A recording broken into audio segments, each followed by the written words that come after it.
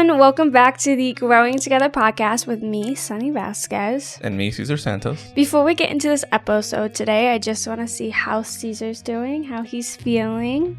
Feeling pretty good. Yesterday was my birthday, so by the time you're seeing this, it was like a week ago. Yeah, feeling good. Had a good dinner, and now we're here up and ready to start this podcast. Yeah, he's 29, you guys. It's the last year of his 20s. We went to a great steakhouse on the Strip.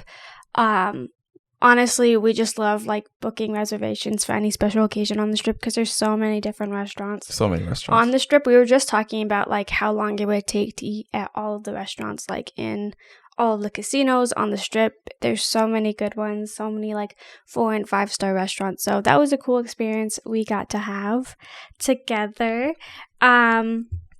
And yeah, I think Cesar just hopes to make this 29th year best one yet. The great year before I turn 30. Before you're 30 and everything goes to shit. Just kidding. It'll be great when you turn 30. I've heard your 30s are great. But today's episode is a little less lighthearted. It's a kind of more serious topic. And we're going to discuss living and loving someone with anxiety and depression, people who suffer from anxiety and depression. I suffer from these things. I was diagnosed with generalized anxiety and moderately severe depression a couple months ago. And I kind of knew before, too, that was something I was struggling with. I just knew what I was feeling wasn't something I should be feeling all of the time. And I also kind of felt like I didn't know how to handle, my own issues. It just got really bad, and I didn't know what to do. And I think I didn't want to seek out help for a long time because there's a stigma, once you kind of have a label to it that I don't know, there's just, I think just with mental illness in general, there's a huge stigma around it still. We're obviously talking about how important it is, but I think when it comes to someone who actually is really suffering with these things, people don't necessarily know how to deal with it or what part they can play in helping you, and just being a support system for people who struggle with that. Cesar has been an incredible support system for me these past 2 years. I'd say that I've struggled a lot more these past 2-3 years with it than I have in the rest of my life. I will say a bit of a backstory here is, and me and Cesar were just talking about this last night, is I was always growing up known as an overly sensitive individual, very emotional. I still feel, but I felt at the time too, emotions so heavily that it was overwhelming at times. And I never really knew how to deal with them. And I don't think at the time my parents did either. When it comes to these kind of issues, I know when you seek therapy, they look into stuff in your childhood that could have impacted it or other things. And I don't blame my parents for the things I struggle with. I think my parents did the best that they could with the resources that they had and what they thought they knew to do. But I think there's some things that definitely maybe I didn't learn as a kid, how to deal with my emotions well, that kind of led to some of these issues that I have today. But this is just a super important topic for me, and I think it's cool to see the insight. Obviously, for me, someone who is struggling, and then from Cesar, someone who's kind of been through this journey with me as a support person, as someone who's had to kind of talk me off ledges metaphorically. Yeah. Not actually, but metaphorically at times. And I just think it's very important to talk about, I think more people need to be in the know on both sides, Yeah, I think people need to know that obviously there's a stigma around it, like you were saying. We were talking about last night. It's something I think people just need to realize that it's a lot more prevalent, obviously, in the society we live in. And obviously to seek professional help always. Obviously, we're not doctors here. And just knowing that you're not alone, and there's resources around you, there's people around you that can possibly be there by your side, hopefully. And just like I was, I felt for the longest time, even until now, I've just been trying to make sure that talking you off those metaphorical ledges and stuff to make sure that you're okay. Reason I struggled so much with some things, I think, is I always thought, the reason I didn't think I had an issue before is because I always thought, and I think we talked about this last night as well, that all that needed to change was my situation. Once my situation changed, I'll be happier. Mm-hmm. So when I was living in Tallahassee, I missed Cesar a lot. There were things I wasn't happy with in my life. And I was like, once this changes, I'll be happy. I won't have to deal with these issues and all will be good. And then I moved here, and while I was happy, I experienced this like kind of overwhelming like sadness that I didn't know how to deal with. And I was very curious as to like, why do I feel like this when I'm supposed to be happy, when I'm doing what's supposed to make me feel better, feel good about my life. And then so like I attribute it to like, okay, I was working at Target. That's not my dream job. I left Target, got a job I actually liked in my field, and still something was wrong. And then other issues in my life happened as well, and it felt like the world was caving in. And I was like, even when things were going good, even when the world wasn't caving in on me, I felt like it was. Mm-hmm. I felt like, I don't know, I felt very poorly towards myself. I thought like I felt a lot of times like I was a failure. I'm never going to be good enough for anyone. I'm not going to be successful. I don't know what I'm doing. Like that I've disappointed myself and everyone around me. And there was this immense pressure that I know that I put on myself at times to not feel this way either. I'm like, and then I'd be so upset. I'm like, you're so stupid for being upset, Sonny. Like, why are you making such a big deal out of this? Like, to the point, like, I'm beating myself down when I'm already down. And something I had to explain to Cesar was that a lot of times I don't know when I'm doing this to myself. I don't know how to stop myself from thinking these negative things.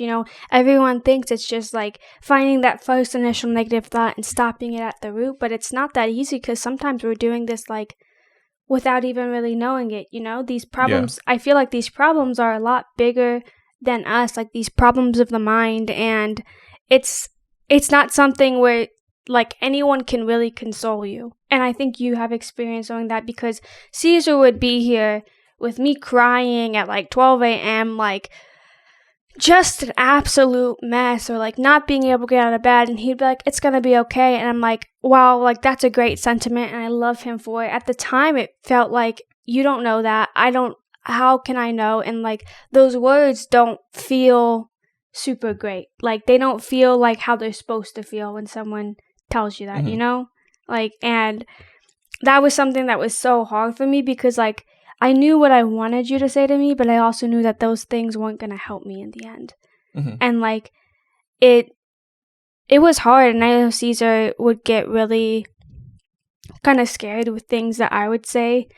And I think I knew I needed help when some of the thoughts that I had started to scare me too, Yeah, no, I mean, I remember those nights. And I one thing just popped into mind when you were talking about that though was, no, yeah, you're right. Like you had I felt like you were you wanted someone to tell you these things, and I would say them, but even then it still wasn't going to help you in your situation that you're in. It was like your mind, like you said, it's like a mind thing. Like your mind's telling you otherwise. Yeah. And I think the important thing too is like, I never expected Cesar to fix my problems. I knew that these problems were bigger than him. They were bigger than me. In order to fix them, I was going to need to seek help. But I think the thing that kept me going was that I knew I did have Cesar by my side. And he was the only one in my life at the time that I felt like didn't think I was crazy. Mm-hmm. Like I feel like you've always given me the benefit of the doubt. And I know I've experienced, especially with people that are supposed to love me, not that same empathy, And that's something that was really hard for me too, is that as I was struggling with these issues, I had family kind of think that I was crazy, or that like the problems, their own ideas of what my problems were and how I was supposed to solve them, and that's not helpful at all. It's it's one thing to offer, I hope everything's okay. It's one thing to do that, but like I had people just telling me like things that they just didn't know, like, oh, like, well, you should just drink some chamomile tea, like that'll make you less stressed or less anxious or all this kind of stuff. And like, this is needs so much more. No, of course, tea. Yeah. No, I mean, I remember that makes me so mad. Like, yes, chamomile tea is gonna fix all of my problems. No, not to say that there's something wrong with chamomile tea. No, I love chamomile tea, but it definitely doesn't fix any of my problems. It just makes you a little sleepy. Yeah, it does make you a little tired. No, but you pointed something out a second ago, and I was gonna mention how, obviously, yeah, there's people that, again, I think it's part of the stigma that you're talking about. It's easy just to label somebody as, like, whether you call them crazy or vice versa, whatever the word is, because then you just kind of like, in a sense, like dehumanizes somebody, because you're just kind of like, oh, they're just X, whatever it is. And it's just an easy way it's like a cop out, like it's an easy way to, oh, just, do this thing, I'll help you. It might, not saying that teas, herbal remedies, prayer, counsel, like all of that is a way to help somebody. And I'm not devaluing any of that, because I think it does help some people, and some people swear by it, and I think I swear by some of it too. So I mean, there's still sometimes where there are issues in people's lives that like require more than just those things. Yeah, those things. It requires like an actual human, like, either by your side, or you talking amongst individuals that truly want the best for you. And I feel like, I mean, just let me know if I'm wrong. Like, I feel like at the time, and still, like, I'm kind of like the only person. Yeah, I think in your corner, Yeah, I think through all of this, one of the things that have made it harder to like feel like I could come out the other side was that like Cesar's been such a great person, but like having to only have him, like that was something that I struggled with. I was feeling that the only person in my corner is Cesar, and I didn't want to put all of these issues on him. I didn't want to make him have to deal with it. A lot of times I felt this extreme amount of guilt that like he's with this person who's struggling so immensely with these things and doesn't know how to get a grip on it, who doesn't know how to deal with it herself. And that was a guilt that I had, because I didn't want you to have to do that. Like, I didn't want that for you, because I know that if I can't handle it, how can I expect you to handle it? So it kind of made me feel unlovable at the time. It definitely was difficult not having other people in your corner. But the other thing that you mentioned too was like, some people, I got so frustrated when people were telling me like, drink chamomile tea or pray some more, like that, as if that was going to solve all my problems. Like, I understand that those were coming from like probably good intentions within their hearts, but at the same time, it was like, I don't need just that. I need something else. Like, that's not gonna fix everything. I was like, because I'm doing these things and it's not working. And like, that's so frustrating when people are telling you that these things should work and they don't work for you. So like, that was like a level of frustration that I had too, is like when these people were telling me these things and they're just not working. And they're also it's kind of like, I don't want to say inconsiderate, but it's like an ignorance of like knowing that the problem is much bigger than that. Like, and that's where I think it comes back to stigma and people not having an understanding of like people who suffer from these problems. Like, again, the problem is just much bigger than some people can comprehend, and it's hard to describe too. I know that like I recently started taking antidepressants, and I know there's people don't necessarily agree with that sometimes, but I was talking to my sister about it. And I was having to explain to her, like, kind of the struggles, that the reason that I, like, wanted to start taking them, and, like, I knew that it would help me, because, like, how I felt, and, like, describing those feelings are just so hard, because, like, you don't even understand them yourself, you can't explain, like, how bad you feel to people, to even justify for some people. I think with my sister, she just, like, she wanted to make sure, obviously, I was okay, but it was just something that, like, I felt like I couldn't explain to anyone besides, like, for instance, with my like anxiety, I panic a lot. Like in certain situations that make me uncomfortable, I panic. Like it's like my heart starts to race. I feel just like anxious. So even like I had to identify things that like trigger like either like depressive episodes or anxiety, and even knowing like I have to kind of learn to talk myself off these own ledges, the own ledges that I have. And that's difficult, you know. And I know I talked to you a lot about it, but it's just hard. And like, what were your emotions? How did you feel, like, you know, when we were like in the thick of it?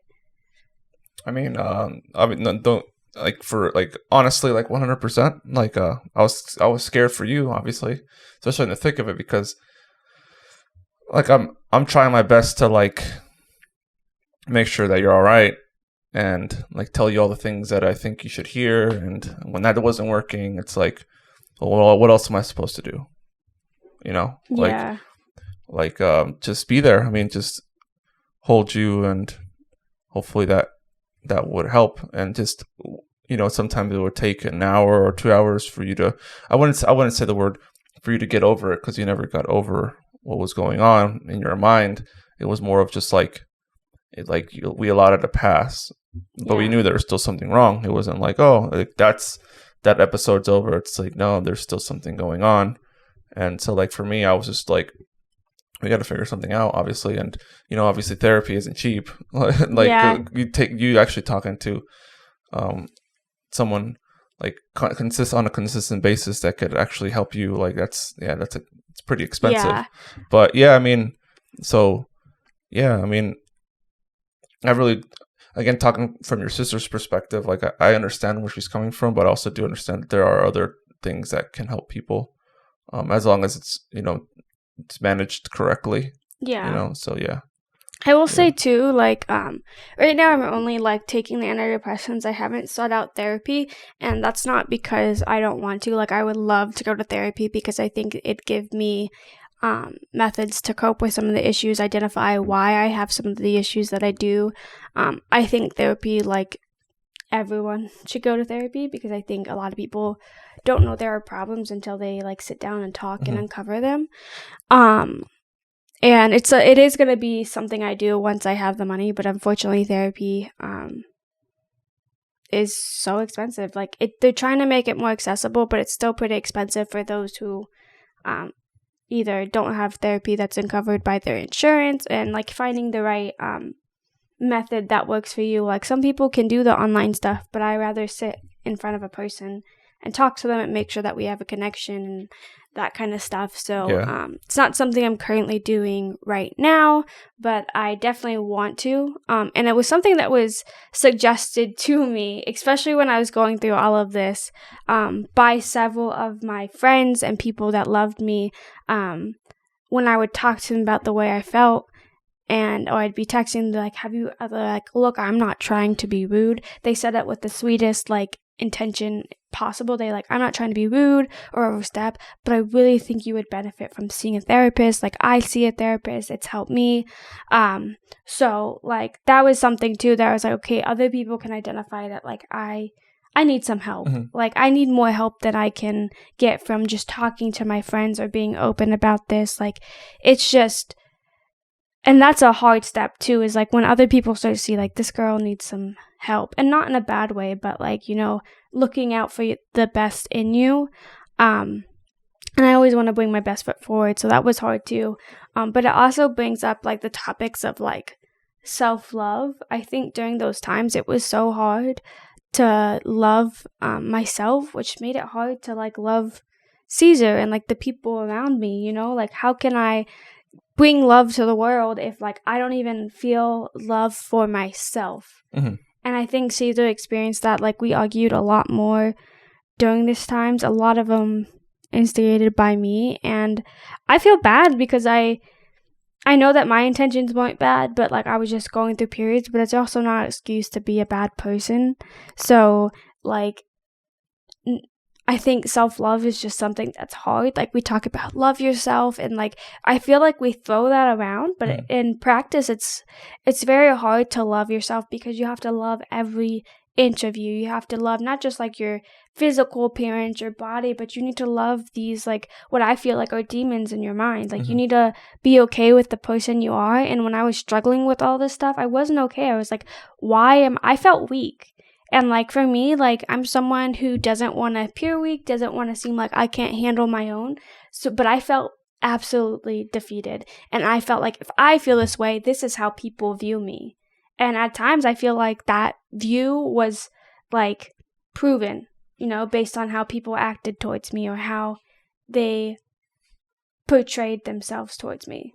I don't know. I felt like if I didn't love myself, then other people didn't love me either. And I think you always had to kind of communicate to me that wasn't true. But like, no matter what you said, it was I remember ringing in my ear. No, I would. I mean, again, like, 'cause some people think like, I mean, that's why, like, I feel for people who like have family members.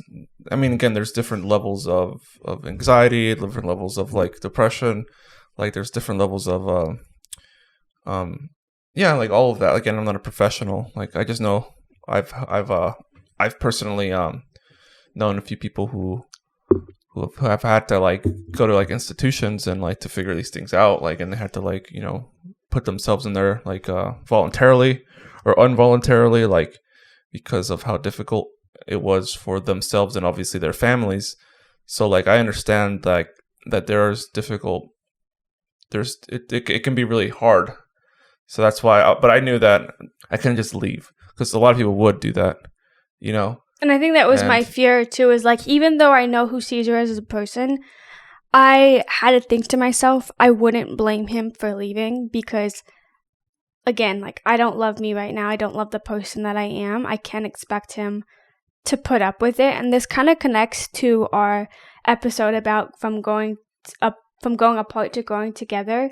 In these moments, I felt like I kind of needed to figure this out by myself, and I couldn't expect anything from Cesar, because that's not his job. It's not his role. I can't put all of this on him. Again, there was an immense amount of guilt, and not from him, but just from everything that I was feeling.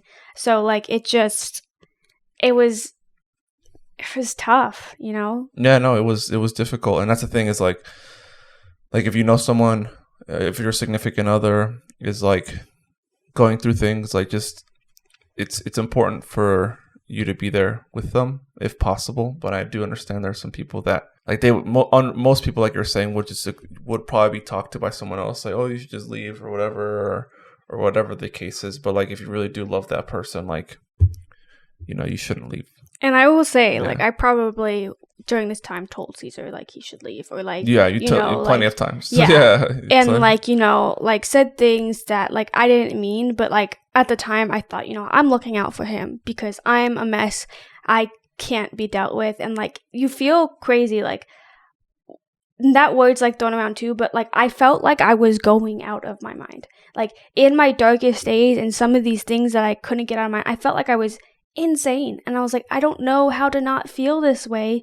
And it like, also when you're having to balance this and just regular life, like going to work or any of these things, like, you have to then push this stuff down, which is even harder to do and causes like a lot more pain in the end, because I feel like I couldn't be my authentic self and be honest about these things that I was struggling with, because I felt bad. Like, I felt stupid that I was struggling with these things.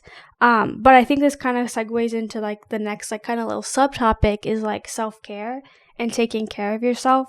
I will say, like, I don't think I'm through the other side. I think I still have a lot of work to do. I don't think I'm the person I want to be yet. I still struggle a lot with anxiety, and I still struggle a lot with like depression. The antidepressants do help a lot. They've helped me significantly and helped me kind of make sure it doesn't interfere in other aspects of my life as well. But I know eventually I'm going to seek out therapy, and I have a long way to go, and this isn't something that like is going to be something that just goes away. This is something I'm going to always have to deal with.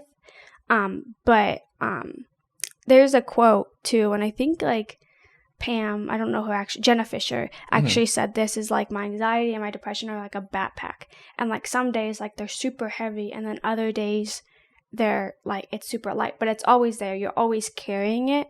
And so for some people they'll see that like, oh, this person is smiling, they're happy, they're having a really great day. So they think it's over, you know, they're no longer struggling.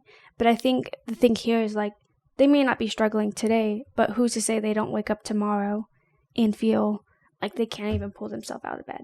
Like it's just so sporadic at times, and I would say it comes in episodes. Like for me, it definitely comes in like waves, and I think I realized that too when I started to have like really high highs and like really low lows. But I also learned through this process of like taking care of myself and looking out for what I need. I had a conversation with Cesar. This was probably a couple months ago where I was like in tears, but I told him I definitely think like I didn't like who I was, because the person I was when Cesar and I first started dating, I feel like I was fiercely independent. Like I wasn't so dependent on you, you know? And I mean, would you agree or no? No, I mean, I would. I mean, well, obviously, like you were living in Florida at the time, so like you were doing your own thing. You were renting an apartment for like while you're going to school and all that stuff. So yeah, you were very dependent on yourself. Yeah, so I was like independent, and then when I moved here, I think I became a lot more dependent on Cesar, and I hate that for me, because I think in like at my core, I don't want to rely on anyone. Like I don't like relying on other people because I feel like I can't trust other people. I can only rely on myself, and it's not that I don't trust Cesar, but I don't want to put that all on him. So mind you, we've been living together here for 2 years, and we had this conversation maybe 3 months ago about how I need to go back to being that independent person. I need to be okay with spending some time by myself and doing things like fueling my passion projects. And I think a lot of times Cesar felt like he needed to be here for me, and we've had this conversation too, because he was scared for me and he didn't want to leave my side.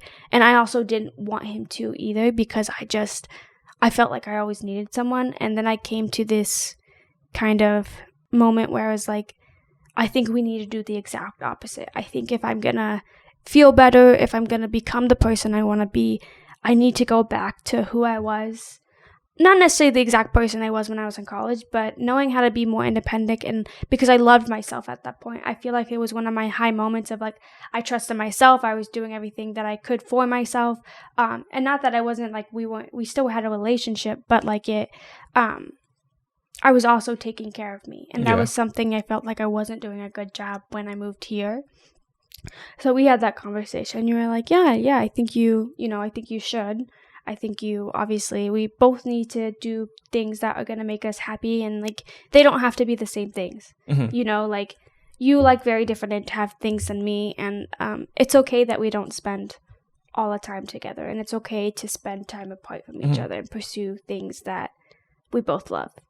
Exactly. Yeah. I mean, that was, that's because that's literally what you were doing when you were in Florida. You were, doing your own separate things, and that was the thing you're afraid of. I remember I think we talked about it briefly in a different episode, but it was knowing that you can be okay, and that's difficult. That was very difficult for you though to come to that understanding where like, oh well, I because you felt like, I think your whole point on that was that you felt like you didn't want to be separated or something like that. I felt like our lives, we talked about this like from growing apart to growing together episode. Like I felt that our lives weren't like intertwined, and that kind of bothered me. But now I'm kind of at the different point where like we're living together. We do get to spend way more time together, so I feel comfortable, becoming more independent from each other. Like obviously we're still going to be a couple. We're still in a relationship. We're going to get married, but I realized that I think for me and just in my journey, I need to go back to that independent version of myself and try to like just be okay in like the being by myself. Yeah. And I think for me it was hard because sometimes like I've had to learn that alone doesn't mean lonely. you don't have to be lonely when you're alone. I used to enjoy my own company. I used to love my time alone. I used to just, cherish that, and I want to go back to doing that. But I think a lot of times, especially when I moved here, it just being alone felt like I was lonely. It felt like loneliness, and that I didn't have anyone. And that's, I think, the reason I avoided it too, is because when I was alone, I had time to really think, and the thoughts weren't good. Yeah. The things I were thinking weren't good, and I overthink a lot, to the point it has affected me in like work, for instance. I remember, I think it was during my first 2 weeks at my current job, I made an error, and I was disappointed in myself. I was like, stupid Sonny. And the reason I was mad at myself, and the reason I got so frustrated over this error, was because I had told them I have attention to detail. Like, I consider myself a pretty detail-oriented person, and the error I made kind of made it seem like I don't. Like, I wasn't paying attention, I was working too fast, and I, was trying to hold myself together, because, again, I am an emotional person, and I, was, trying to, not let my tears fall out, but my manager was like, are you okay? And he was like, Sonny, it's okay, it's just a mistake, you're, this isn't the end of the world, it's okay. And I was like, I'm so sorry, it's not that you're giving me feedback, it's that I feel so dumb. It's I don't want you to think that I don't love this job, or that I want to keep this job. He was like, Sonny, you're gonna keep this job, it's fine. And but that just that error triggered a lot of emotions. And luckily, my manager is one of the sweetest people, and I think he's very empathetic and kind of knows how to talk to me and communicate within a way that's going to resonate with me. But I felt so stupid in that moment, and had it been any other person dealing with it, they probably would have thought I was crazy. They probably would have thought but he was he recognized I had some trauma that I was dealing with, and I came from a workplace before where you couldn't make any mistakes, and it was so that kind of triggered me. And even then, I still struggle today with certain things. My manager scheduled a call with me. It was a Tuesday. He scheduled a call with me and our CEO the following Wednesday, and my mind went to, I'm getting fired. I was and I couldn't stop the thoughts. I was I'm getting fired. And I got so anxious to the point I couldn't sleep, and I got up the following morning to start working at 4:45. I was I gotta give them reason not to fire me. I gotta give them, and I had no reason to believe that they were gonna fire me. I know the company I work for would have told me if I was doing anything wrong, but in my mind I couldn't convince myself otherwise. So when I got in the call, it was just actually to tell me how great of a job I was doing, and it was so. I was oh my gosh, and I told them I was I thought I was getting fired, and Sonny, why do you always think that? And I'm I know, I don't know why I always think that. I was but just so you know. This is where my mind goes. So I like to be told, if they're going to schedule a meeting, what's this meeting for? Am I in trouble? I get so anxious about those things, and they seem so silly, but it can be, debilitating. It can be so hard to work through. Even though you have nothing, going on that would justify those thoughts. It's just more of, I think it has to do with, trauma is one thing, too, as well, but it's just... like a trigger that triggers in your mind. Even though you have nothing, you did nothing wrong. There was nothing that could evaluate you to being, quote in this sense, being fired. It was just more of a your mind just defaults to that. I will say too, I hate anxiety, but I also do think it's what kind of makes me work harder. I think that when it comes to my anxiety, it kind of makes me I've just learned to function with it for the most part, and a lot of times it makes me kind of overcompensate. So I do put a lot of effort into my job, but partially because I'm terrified of ever doing anything wrong. Yeah. So I'm a people pleaser. I want people to see the value in my work. But I also am very attentive to other people and how they act. So when there's a change in the tone of their voice, or a change in the way they're speaking to me, whether it be through text, whether it be in person, I see that, and they kind of send signals to my brain something's off. And when that happens, it kind of obviously sends me into a spiral as well that something's wrong, because in the past I have had the same feelings and then been right. So then anytime that you were actually right about something, it kind of validates you that like anytime you feel this way, you're going to be right about it, even if that's not the case. So I think in those moments too, I was like, I felt this way before and this is what happened after. So I make that like correlation and I'm like, this is what's going to happen. And like, that's not necessarily a great thing to think. And I'm trying to, I talk to my coworkers about that. I talk to my coworker Alyssa about it a lot. She's always reminding me that I have no reason to worry. And my manager is always reminding me that I have no reason to worry. But even like I said, even when people tell you that, you just kind of like, when you have my mind, you just kind of think otherwise. You just still worry. And I feel bad too. Like, I think there's a stigma about like talking about it like in the workplace, because workplaces are telling you like, oh, mental health matters, but sometimes I'm hesitant to like talk about it, like be super vulnerable with people that I work with, because I don't want them to see me differently. And I don't think like with my current company they'd see me any differently, because I have talked to a lot of my coworkers about it, and I feel super close to them. But I know at previous workplaces, they probably would have seen it as like a flaw, as like a fatal flaw. And I don't think it is. I think anyone that can get up and go to work in the morning and that's dealing with all this and still makes it through the day, that's an accomplishment in itself. It's even an accomplishment if you couldn't do it. Like,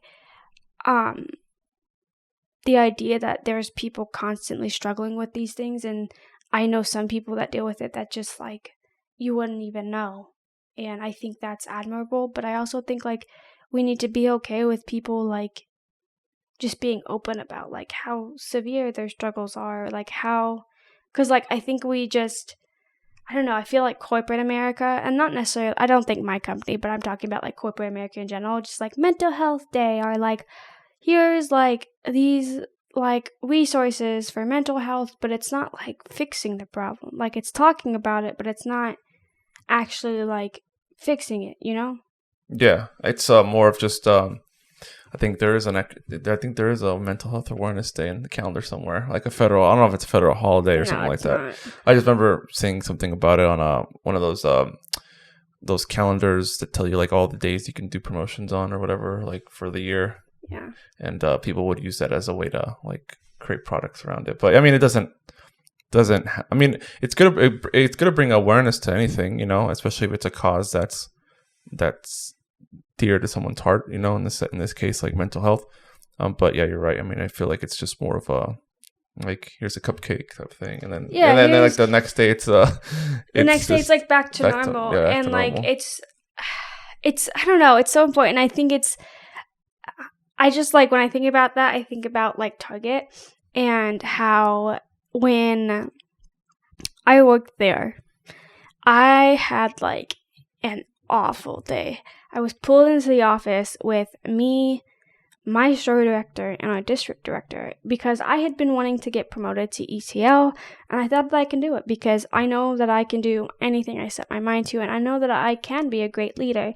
And at that point, that's the route I wanted to take. And they thought a great way to do that was to sit me down, have asked all the leaders that I work with what I don't do well, and I don't even know if they included what I actually do well.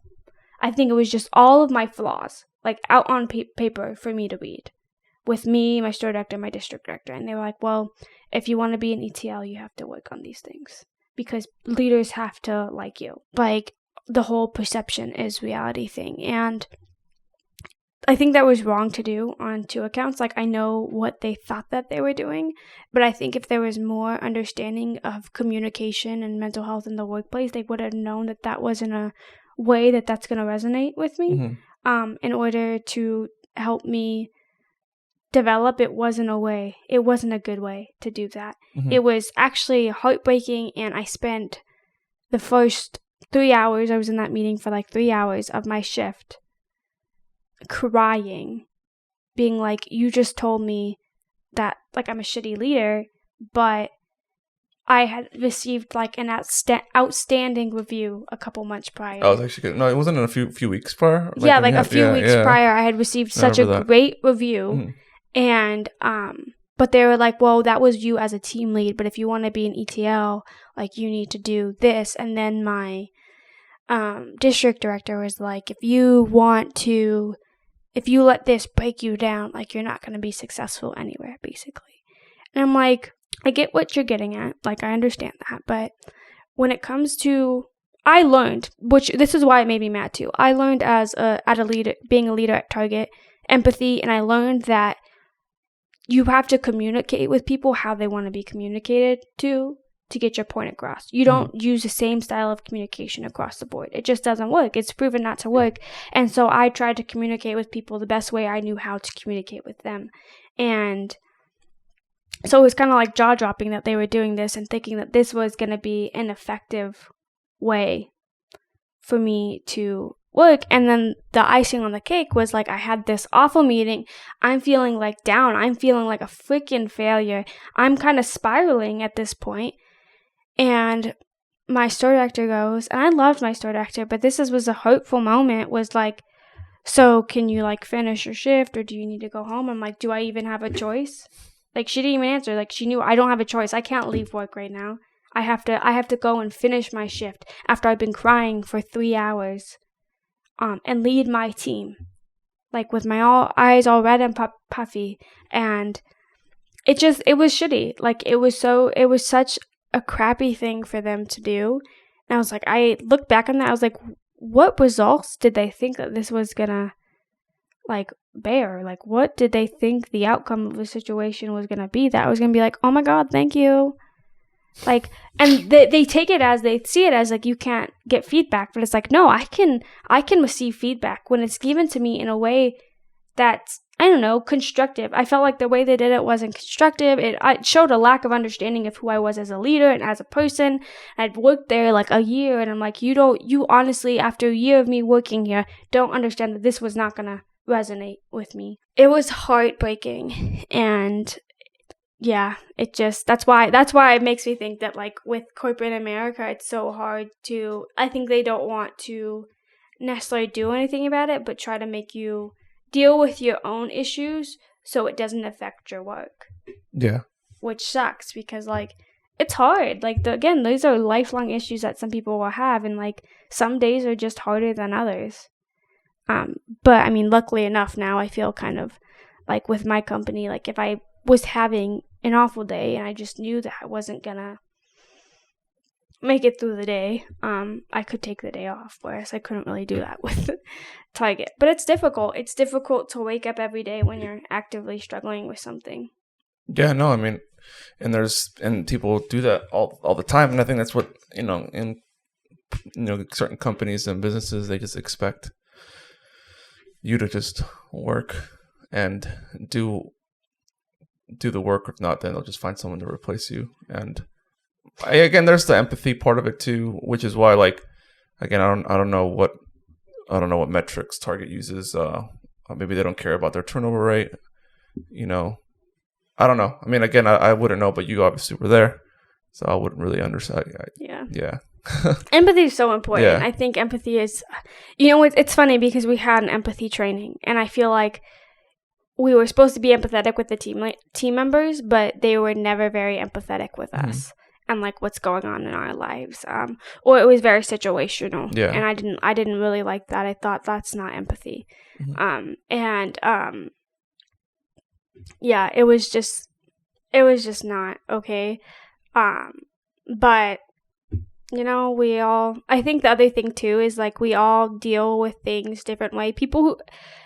You could have 5 people who are struggling and they're all going to deal with their issues a different way. And I think that comes into play too when it comes to like, well, this person doesn't let it affect them and it's like that much. It's like, well, they just deal with things differently. Not everyone deals with their emotions or their issues. Same way. Yeah, they expect it to be the same across the board. It's like what works for this person might not work for me.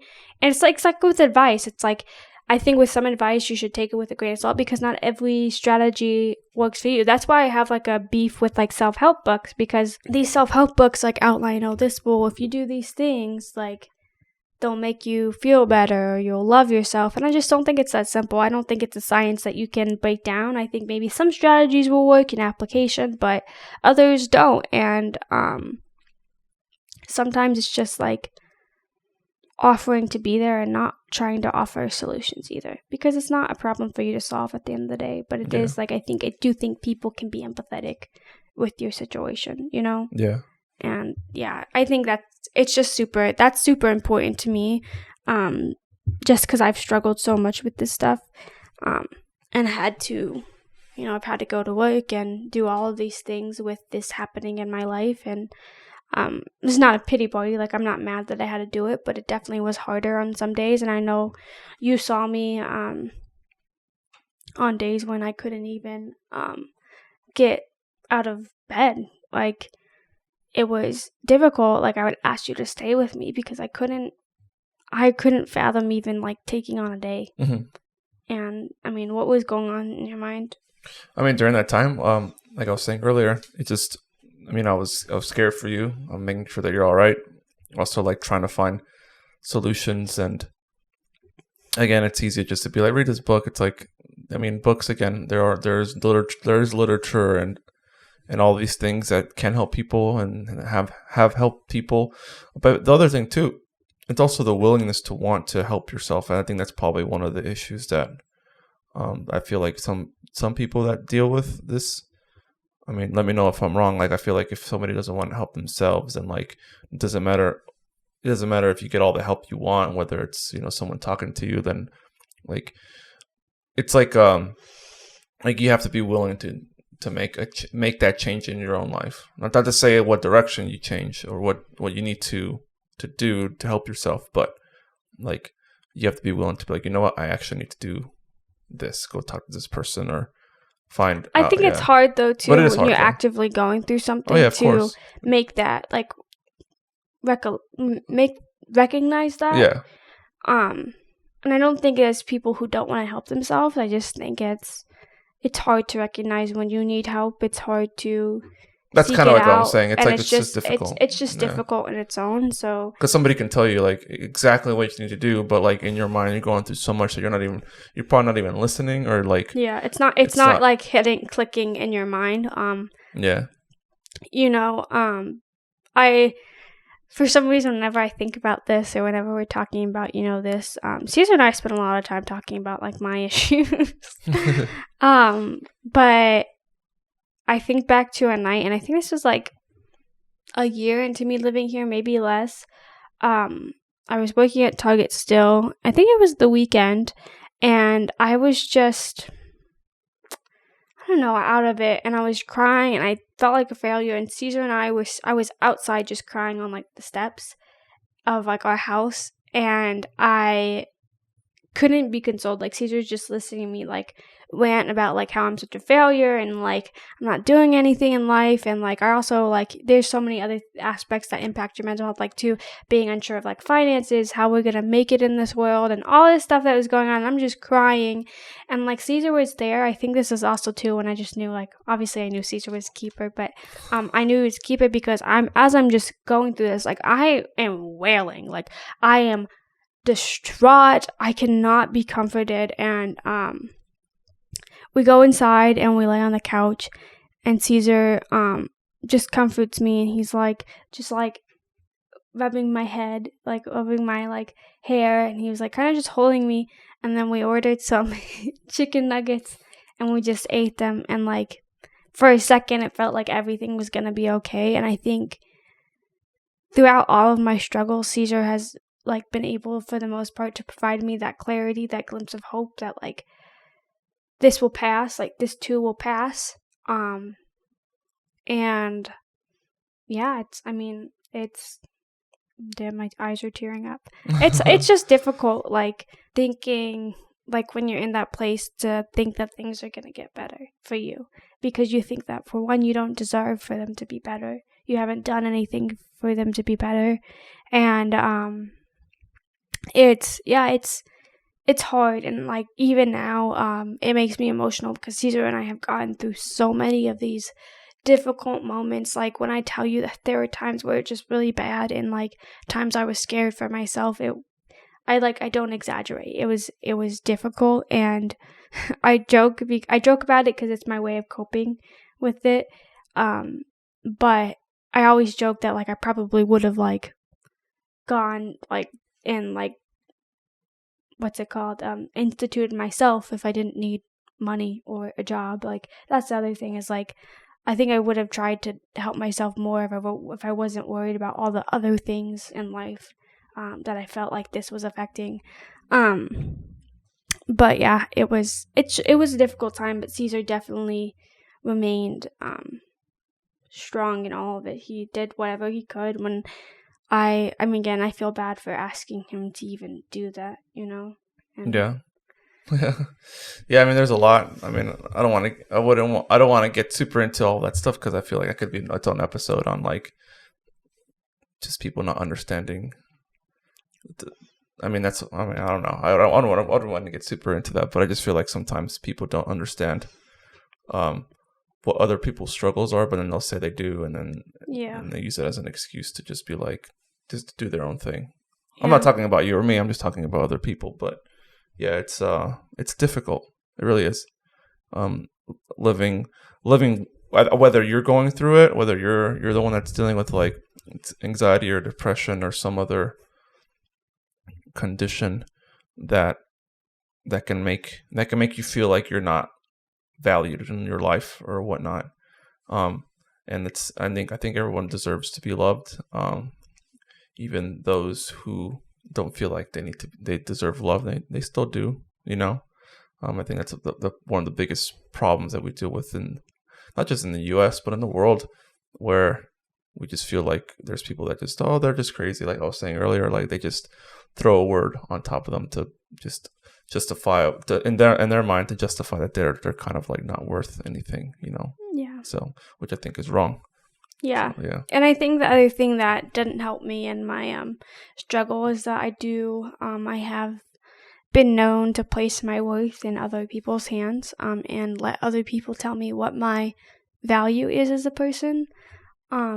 So when I feel people don't see me for me or value me, it kind of makes me feel like, well, should I like this is the value I hold. I don't hold any value, and you know, then it like repeats these things in your mind of like, am I good enough? Am I worth it? Like, it's hard to deal with, and I realized I need to stop putting my value in other people's hands. Like, some people are never gonna see what you have to bring to the world. Some people are never gonna see you the way you want them to see you. Some people will never like you. Some people will let the idea of you that they have in your head be the only idea that they ever have. They won't ever change it. They won't ever give you that second chance to prove who you are to them.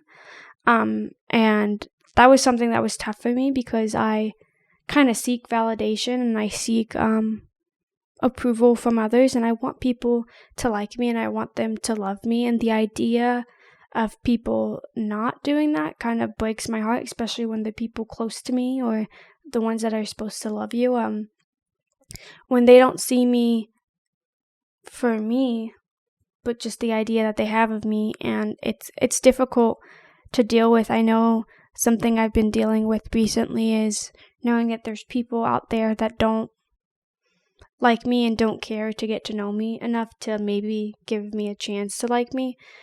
But I'm also so exhausted. Like, I'm so tired of trying to get people to understand who I am. I'm so tired of trying to convince people that like I'm not this person that they have the version in their head. And I kind of told myself, you know, it's not my job anymore to change these people's minds. You know, it's not my fault. And that's something I always have to tell myself, and I can't say that every day I am okay with these things. Some days I struggle more. I mean, again, we have all these conversations all the time. But I'm learning that that's something I need to work on.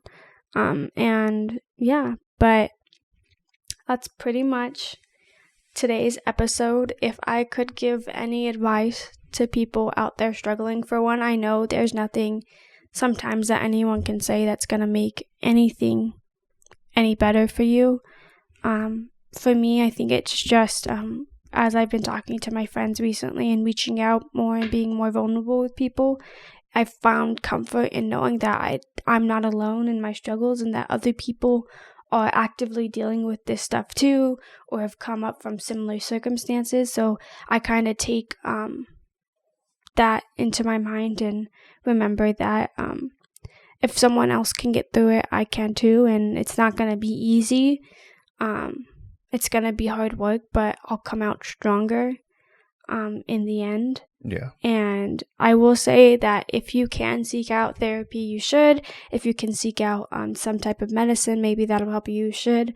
I know it's helped me, and I know that I still have a long way to go, and it's going to be a lot of hard work, but I also, in this moment, recognize that I'm not alone. I can't say that I recognize that every day, but today I'm awake and I'm alive, and I recognize that I'm not alone in this world, and today that's enough for me. And yeah, Cesar, do you have any advice for someone that might be struggling, or someone that might be loving or supporting someone that is struggling? Yeah, I think first thing that comes to my mind is just don't give up. I know it's easy just to listen to people who don't understand, whether it's your partner, whether it's like, let's say if it's your parents or brother or sister or whatever the case is. It's easy just like kind of just like not throw them under the bus, but just throw in the towel. Yeah, just be like, oh, it's whatever. Like, deal with it yourself. Like, it's easy to do that. That's the easiest thing to do. And a lot of people just like to do the easiest things because they might not have time. They might say they might not have time or whatnot, but yeah, just don't give up. Have patience. Be patient. Seek help when you feel the need is right. There's every situation is different. I never thought I needed to do anything more drastic than just being there for you, but there's other situations that might require that.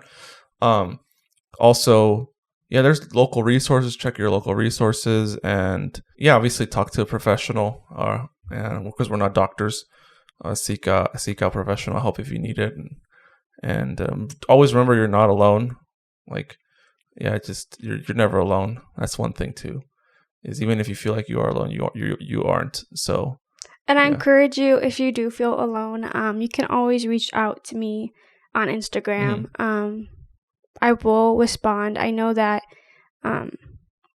I've been lucky enough to have like some kind people reach out to me in times of struggle when I posted something that concerned them. So feel free to reach out to me if you feel like you're struggling. I actually got a comment on one of our clips on Instagram where someone was like saying they didn't feel valued or felt like they couldn't become the person that they wanted. And I was like, look, like I know that anything I can tell you might not help you, because sometimes even hearing these things, they don't help, but just know that like I believe in you and that like I'm here for you. If you want to reach out, like we can talk. And I just want to help people because I know how it feels to feel like you don't have anyone in your corner. I know how it feels to feel truly alone, and there might not be anything that I can say to make you feel better, but I will listen and I will offer whatever I can. And yeah, just don't try to go out alone. You don't have to. We are meant to share this world with other people, not just significant others, but friends, and there's community. That's what we're meant for. Mm-hmm. So I encourage you. I'll probably will link some resources in the description below as well on YouTube of what if you need help, and maybe some things that have helped me as well. But yeah, this has been Growing Together with me, Sonny Vasquez. And me, Cesar Santos. And we hope to see you next week on Monday for our newest episode. See you guys later. See you later.